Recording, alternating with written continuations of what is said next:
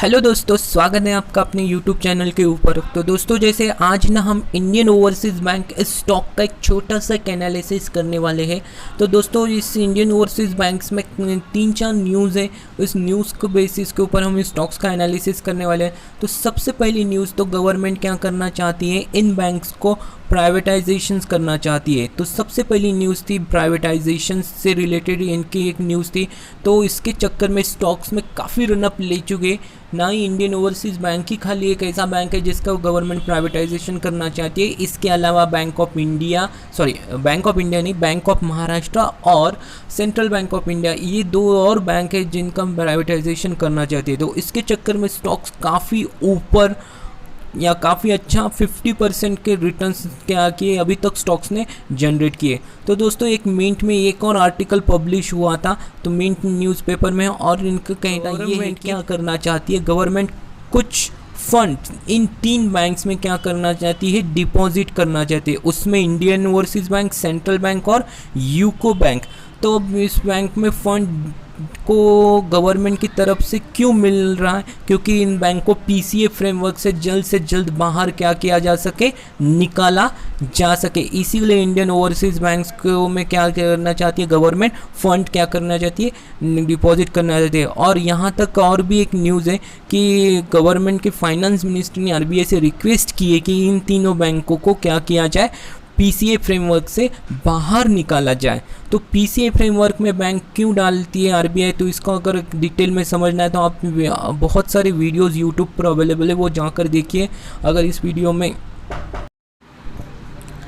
तो दोस्तों, हो सकता है कि आने वाले दिनों में इंडियन ओवरसीज़ बैंक को पीसीए फ्रेमवर्क से बाहर निकाला जा सकता है। जिस तरह से 2018 में जब हमारे आरबीआई के गवर्नर उर्जित पटेल थे, जिन्होंने रेजिग्नेशन दिया था, रिज़ाइन कर दिया था गवर्नर की पोस्ट से, तो उसके बाद कई सारे बैंक्स को पीसीए फ्रेमवर्क से बाहर निकाला गया था, जिसमें आंध्रा बैंक थी, उसके बाद विजया बैंक, देना बैंक, बैंक ऑफ महाराष्ट्र, ये सारे बैंक को पीसीए फ्रेमवर्क से बाहर निकाला गया था।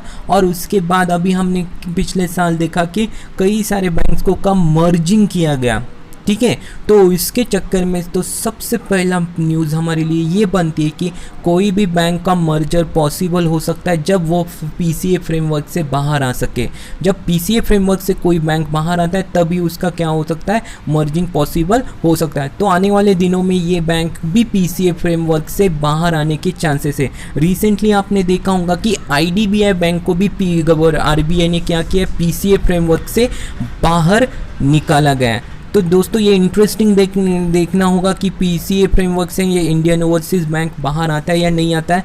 तो एक छोटा सा एक एनालिसिस करते हैं screener.in के ऊपर।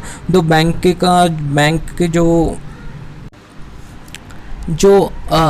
के जो फाइनेंशियल रिजल्ट्स है उसके बारे में हम देखने की कोशिश करेंगे। तो screener.in पर चलने से पहले मैं आपको थोड़ा सा प्राइवेटाइजेशंस के चक्कर में बैंक के स्टॉक्स ने किस तरह से रैली कर चुका है ये देखेंगे। तो दोस्तों, जैसे आज निफ्टी 250 पॉइंट से भी डाउन था 24 मार्च को, पर लेकिन देखिए स्टॉक 2.12% से ऊपर था। तो देखिए दोस्तों, पिछले एक महीना थोड़ा सा ईयर टिल डेट तक देख लेते। तो देखिए दोस्तों, 15 फेब को स्टॉक 10 रुपीज़ 95 पैसे के ऊपर ट्रेड हो रहा था, और आज देखिए दोस्तों जिसकी क्लोजिंग हुई है 16 रुपीज़ 85 पैसे। तो स्टॉक ऑलमोस्ट 53.88% का रन अप स्टॉक्स ने क्या कर चुका है, ऑलरेडी ले चुका है। तो अगर ये स्टॉक पीसीए फ्रेमवर्क से बाहर आता है तो हमें गुंजाइश है कि ये स्टॉक का लिटिल बिट यानी थोड़ा बहुत और रैली इसमें बन सकती है। पर लेकिन दोस्तों, ये इस लेवल बाइंग के लिए अभी भी सूटेबल लेवल मुझे तो नहीं लगता है कि जिसमें जाकर हम बाइंग कर सकें। क्यों नहीं लगता है, तो थोड़ा सा ये भी मैं आपको डिटेल में बाद में बताऊंगा। तो सबसे पहले फाइनेंशियल रिजल्ट्स को हम screener.in के ऊपर चेक करते हैं, ठीक है दोस्तों। तो चलते हैं screener.in के ऊपर।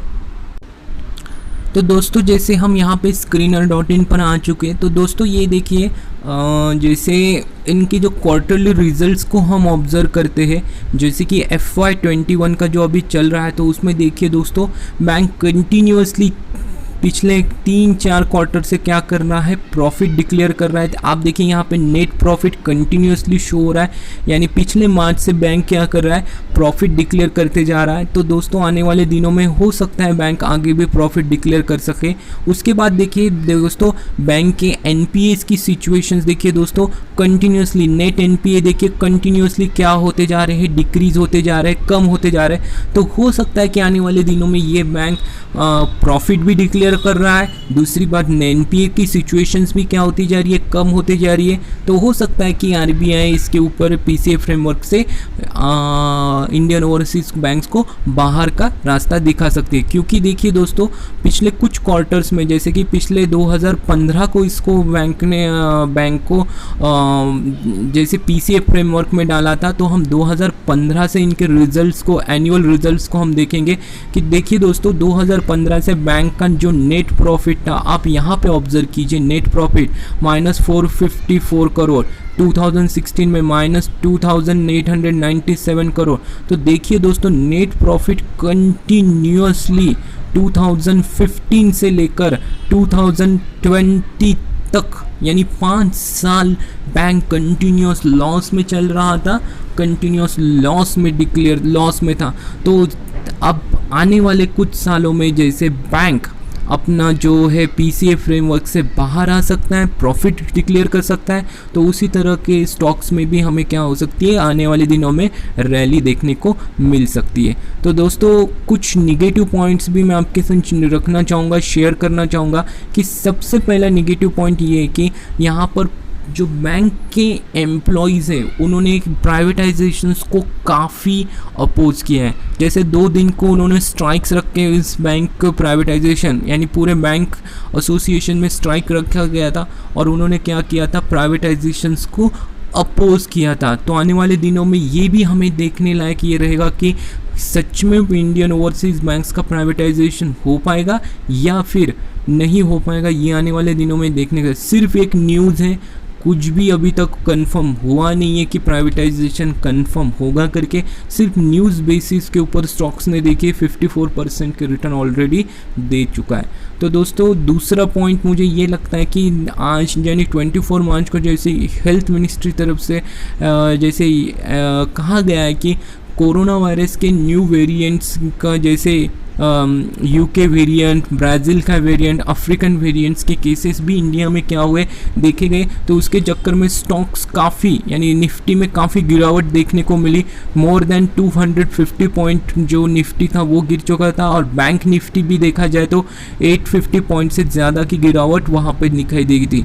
तो आने वाले दिनों में हो सकता है कि ये स्टॉक भी थोड़ा सा और करेक्ट होने के चांसेस है। तो दोस्तों हमें क्या करना चाहिए, जैसे कि स्टॉक्स में, जैसे कि अभी हमने देखा था कि जो स्टॉक का जो क्लोजिंग हुआ था 16 रुपीज़ 85 पैसे के ऊपर क्लोजिंग हुआ था। तो दोस्तों देखिए जैसे स्टॉक्स का क्लोजिंग 16 रुपीज़ 85 पैसे के ऊपर क्लोजिंग हुआ था। तो दोस्तों अगर ये थोड़ा सा भी और नीचे की तरफ अगर शिफ्ट होता है, तो आप थोड़ा सा नीचे की तरफ शिफ्ट होता है तो आप इसको अपने वॉच लिस्ट में रखिए, या फिर अगर आपको सच में अगर इसमें इंटरेस्टेड हैं तो आप स्टैगर वे में क्या कर सकते हैं, इसको थोड़ा थोड़ा यानी 5 क्वांटिटी 10 क्वांटिटी खरीदें। बिकॉज एक मैं रिटेल इन्वेस्टर्स हूँ, इसीलिए मैं आपको ये कहूँगा। पर लेकिन बल्क में खरीदने से पहले या फिर किसी भी तरह का निवेश करने से पहले आप अपने फाइनेंशियल एडवाइजर्स के साथ डिस्कस करके ही आप इस स्टॉक्स में क्या कीजिए, निवेश कीजिए, ना कि इस वीडियो को देखकर। तो आने वाले दिनों में अगर कोविड की सिचुएशन या कोरोना के पेशेंट्स अगर बढ़ते हैं तो हो सकता है बैंक में क्या हो सकता है, बैंक के जो स्टॉक्स में करेक्शन हो सकता है।